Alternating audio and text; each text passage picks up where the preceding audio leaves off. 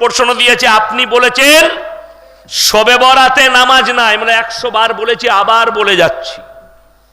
আমাদিকে ফোন করে জিজ্ঞেস করছে একজন মা, হুজুর সাহেব কি হলো, শবে বরাতের নিয়ত কি করবো? আমি বললাম, তুই নিয়ত কর, কালকে মরবো। আমরা হাদিস কোরআনে শবে বরাতের নামাজ খুঁজে পেলাম না, তুই কি করে পেলি? ওই যে দাদির হাদিস আর নানির হাদিস, এরা পাবে। এইটাই তো কষ্টে, সারা বৎসর নামাজ নাই, ও খালি বলছে শবে বরাতের রাতে নামাজ পড়ে পেরিয়ে যাব। আপনার মালদা ডিস্ট্রিক্টে খুঁজবেন, শবে বরাতের দিনে কখনো মুসলিম গ্রামে বোম ফাটে? এই হারামখোর বেদাতিগুলো ফাটাচ্ছে, কবর পূজারীরা ফাটাচ্ছে। তোমাদের মধ্যে আমাদের দেশের হিন্দু ভাইরা দেওয়ালিতে বোম ফাটায়, আর এরা ফাটাচ্ছে শবে বরাতে। তোর আর তার মধ্যে পার্থক্য কি আছে? আল্লাহর কসম খেয়ে বলে যাচ্ছি, পৃথিবীর, এটা শুধু পশ্চিম বাংলার নয়, পৃথিবীর কোন মৌলবি যদি প্রমাণ করিয়ে দেয় যে শবে বরাতে বোম ফাটাতে হবে, এটা জায়েজ আছে, আমি তার জুতোর মালা পরবো ইনশাআল্লাহ। চ্যালেঞ্জ। পেলে কোথায়? ওই বাপ দাদির হাদিস, দাদির আর নানার আর ফুফুর হাদিস। কোথা থেকে? কবে কে বলে দিয়েছে বোম ফাটাচ্ছে? কেন জানেন? পুতা পুতিনকে পয়সা দিয়েছে, বোম কিনে নিয়ে এসে ফাটাগা। কেন? বলে তোর দাদু যদি কবরে ঘুমিয়ে যায় তা জেগে যাবে। হ্যাঁ, হুজুর আবার বায়ান করছে, শবে বরাতের রাত্রিতে তোমরা কবরস্থানে লাইট দেবে, বাড়িতে আগরবাতি মোমবাতি জ্বালাবে। গোটা ঘরের চারিদিকে মোমবাতি দিয়েছে। মোমবাতি দিলে কেন বে? বলে জানি না, আমার দাদি আসবে হোঁচট খেয়ে পড়ে যেতে পারে। শালা শবে বরাতে তো দাদি আসবে, কবরে কি হচ্ছে তার ঠিক নাই। বলে হ্যাঁ, হালুয়া রুটি খেতে আসে। মানুষের আকীদা। আচ্ছা, মানুষ মরে গেলে কিছু খায়? কথা বলে না। খাবার যোগ্যতা রাখে আল্লাহ? রাখে না। আচ্ছা, হাজি সাহেবরা, এই যে আমার ভাইজান আগে বললেন উমরাই নিয়ে যাব, আচ্ছা হাজি সাহেবরা উমরা করতে যাচ্ছে, হজ করতে যাচ্ছে, তাদেরকে জিজ্ঞেস করবেন তো যে রসুল সাল্লাল্লাহু আলাইহি সাল্লামের কবরে কতগুলো খেজুর দিয়েছে যে আল্লাহর নবী খাবে। কিন্তু আমাদের দেশের এই গাঁজাখোর পীরগুলো মরে গেলে এরা খায়। আমার যেটা প্রাক্তন গ্রাম, কথাটা বুঝতে পেরেছেন? বর্তমানে যেখানে বাস করি এটা আমার আব্বার নানাদের গ্রাম, যেখানে মাদ্রাসা আছে, যেখানে বাস করছি, যেখানে বাড়িঘর করে নিয়েছি। কিন্তু আসল গ্রামের নাম হচ্ছে উচ্চ গ্রাম, পাশি, 5 কিলোমিটার। তো সেইখানে একটা, আমি ছোটবেলায় শুনেছি, বড় তেঁতুল গাছ, ওটা আমার আব্বারাও ছোটবেলায় দেখেছে। সেইখানে গাছের গোড়ায় বলছে বুড়ো পীর সাহেব থাকে। এখন আর ওইগুলো নাই, সব মিটে গেছে। গাছটা কিন্তু আছে, লোকে আর মানে না, তাদেরকে আমরা সব পরিবর্তন করে দিয়েছি, বলুন আলহামদুলিল্লাহ। ওগুলো আর মানে না। সেই গাছের গোড়ায় মানুষের বিয়ে শাদী হতো, বয়স্ক মেয়েরা, ঘরের বিটির বিয়ে হচ্ছে, বড় বিটির, ঘরের ছেলের বিয়ে হচ্ছে, তোরা খাবি আর পীর সাহেব খাবে না। প্লেটে করে খাবার নিয়ে ওই গাছ তলায় দিয়ে আসতো। কে খাবে? বলে বুড়ো পীর সাহেব খাবে। ওরা রেখে দিয়ে চলে যেত, কুকুরে খেত। ঘুরে এসে বলতো হায় আইলো পীর সাহেব শূন্য তাদাই করে খেয়েছে। আমরা হা দেখ পীর সাহেব ঘুরে বেড়াচ্ছে, উ খেয়েছে কুকুরটা, তোর পীর বেরিয়ে খাবে না। কষ্টের বিষয়। এটা হচ্ছে আমাদের দেশের লোক ইসলাম ভেবেছে। এই যে কোরআনটা আপনি ভেবেছেন কোরআনটা খালি রমজান মাসে তেলাওয়াত করার জন্য আল্লাহ পাঠিয়েছে। আপনি ভেবেছেন মানুষ মরে গেলে কোরআন খানি করে জান্নাতে পাঠাবার লেগে কোরআন আল্লাহ পাঠিয়েছেন। আপনি ভেবেছেন এই কোরআন এসছে নামাজে পড়ার জন্য, তারাবিতে পড়ার জন্য, বাকি অন্য কাজের জন্য নয়। এইটাই মুসলমানদের কমি।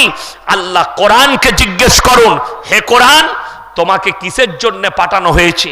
কোরআন নিচে উত্তর দিচ্ছে, আলিফ লাম রা কিতাবুন আনজালনাহু ইলাইকা লিতুখরিজান নাস মিনাজ যুলুমাতি ইলান নূর। হে পৃথিবীর মানুষ, আল্লাহ আমাকে পাঠিয়েছে অন্ধকার জগৎ থেকে মানুষকে আলোর পথটা দেখাবার জন্য। জোরে বলুন সুবহানাল্লাহ।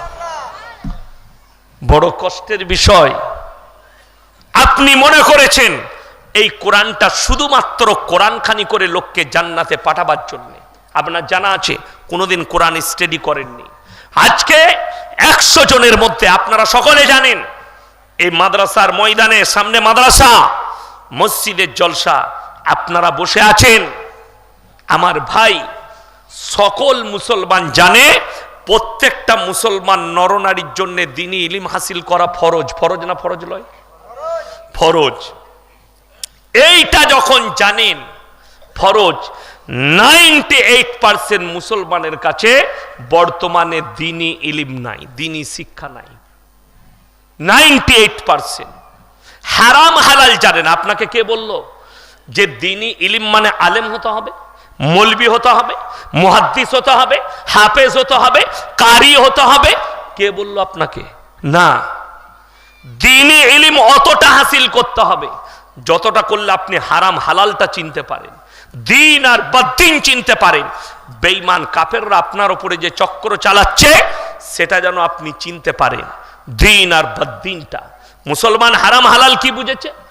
আমাদের বর্ধমানে অনেক ছেলে লরি চালায়, দুটো ছেলে ট্রাক নিয়ে দাঁড়িয়েছে হাই রোডের গায়ে, হোটেলে ঢুকিয়ে বলছে, ভাই এক বোতল মদ দে তো, মদ খেয়ে নিলে। এরপরে বলছে কর্মচারীকে, ভাই মুরগির মাংস আর রুটি নিয়ে আয়। সে হোটেলের কর্মচারী বেচারা রুটি আর মাংস নিয়ে এসছে, তখনই জিজ্ঞেস করছে, ভাই মুরগিটা জবাই না কাটা? আমরা মার হারাম খোরকে জুতো করে। আচ্ছা, যে মদ খেয়েছে তার আর ওইটা জিজ্ঞেস করে লাভ আছে? যে লোকটা মদ খেলো তার আর জবাই আর কাটা জিজ্ঞেস করে কোনো লাভ হবে? মুসলমান হারাম হালাল বুঝেছে, ও জানে মদটা খাওয়া চলবে কিন্তু মুরগিটা খেলে হালাল খেতে হবে। এটা হচ্ছে আপনার হাল। কেন? দ্বীনি শিক্ষা নাই, দ্বীনি চর্চা নাই, ইসলামের কোনো জ্ঞান নেই, যার কারণে ও মনে করেছে মদটা খাওয়াটা কোনো ব্যাপার নাই কিন্তু মুরগিটা খেলে আমাকে জবাই খেতে হবে। আপনারা যারা বসে আছেন শুনেলেন, অনেকজন অভিযোগ করে না, মৌলী সাহেব দোয়া করছি, দোয়া কবুল হয় না। তুমি আগে জেনেছো মৌলী সাহেবের কাছ থেকে, ইমামের কাছ থেকে, মাদ্রাসায় এসে মাদ্রাসার শেখের কাছ থেকে জেনেছো যে দোয়া কবুল হওয়ার জন্য শর্ত কি আছে? 1 নম্বর শর্ত, সেটা হচ্ছে হালাল খাবার। আপনি যদি সকালবেলায় উঠে কোনো কাজে মালদা টাউন যান, তো মালদা যান কিংবা কলকাতা যান, আপনাকে জিজ্ঞেস করতে হবে না? হবে না? যে দাদা কোনো অপরিচিত হোটেলে খাচ্ছেন কিংবা রেস্টুরেন্টে, আপনাকে জিজ্ঞেস করতে হবে না দাদা মুরগিটা জবাই না কাটা? কথা বলেন, করতে হবে না? হবে না? কেন? আপনার জন্য শর্ত হচ্ছে হালাল খাবার। যে খাবারটা খাচ্ছেন মুরগি হলে জবাই কিনা, খাসি হলে জবাই কিনা, গরুর মাংস হলে জবাই কিনা, আপনাকে এটা দেখে খেতে হবে। মুসলমান হারাম হালাল কি বুঝে যে জানেন? আপনি শুনে গেলেন রাতের বেলায় বুধিয়া ইয়াসিন ভাই এসছিল, বলে গেছে জবাই করা মাংস খাবি। সকালবেলায় উঠে আপনি দোকানে গিয়ে বলছেন, দাদা জবাই করা 1 কিলো মাংস দেন তো। লিখছেন জবাই করা মাংস, কিন্তু টাকাটা আবার সুদের টাকা, সেই একই মাল দাঁড়িয়ে গেল। কথাটা বুঝাতে পারলাম? টাকাটা সুদের টাকা। আপনার কাছে দিন না থাকার কারণে, দিনই চর্চা না থাকার কারণে আপনি মনে করেছেন জবাই করা মাংস খেতে হবে, কিন্তু সুদের টাকায় কোনো অসুবিধা নাই। যদি বলেন মৌলী সাহেব সুদটা কি, আমি বলবো না, কোরআনকে জিজ্ঞেস করো। প্রথমেই কোরআন কি বলছে? ওয়াহাল্লাল্লাহুল বাইয়া ওয়া হাররামার রিবা, তোমাদের জন্য সুদকে হারাম করা হয়েছে আর ব্যবসাকে হালাল করা হয়েছে। জোরে বলুন সুবহানাল্লাহ। ব্যবসাকে হালাল, সুদকে হারাম। আপনি কি করে ভাবলেন জবাই করা মাংস কিনছেন টাকাটা সুদে? এরপর হাদিসটা শুনেলেন, কেউ যদি 1 টাকা সুদ খায় মায়ের সঙ্গে 36 বার জিনা করার সমান পাপ হবে। আপনি কি করবেন? আপনি এরপর এই বায়ান করে দিলে সকালবেলায় যতগুলো সুদখোর মাল আছে তারা চায়ের দোকানে বলবে বাজে মৌলবি এনে হিলিবে। তো তুই গাল দিলে তো কোরআনের ফতোয়া পাল্টাবে না, তুমি গালি দিলে তো কোরআনের আয়াত পাল্টাবে না। গালি যত দিবে দাও, আমি গালগুলোকে দোয়া মনে করি। যেদিন আল্লাহ তোমাকে হিদায়াত দিবে তুমি আমার জন্য দোয়া করবে, তা না হলে কিয়ামতের ময়দানে দেখা হবে। তুমি হক পথে ছিলে না, আমি না হক পথে ছিলাম, কিয়ামতের ময়দানে মুলাকাত হবে। ওই জন্য মুসলমান অ্যাভয়েড করো, হারাম জিনিসকে অ্যাভয়েড করো, খারাপ জিনিসকে অ্যাভয়েড করো।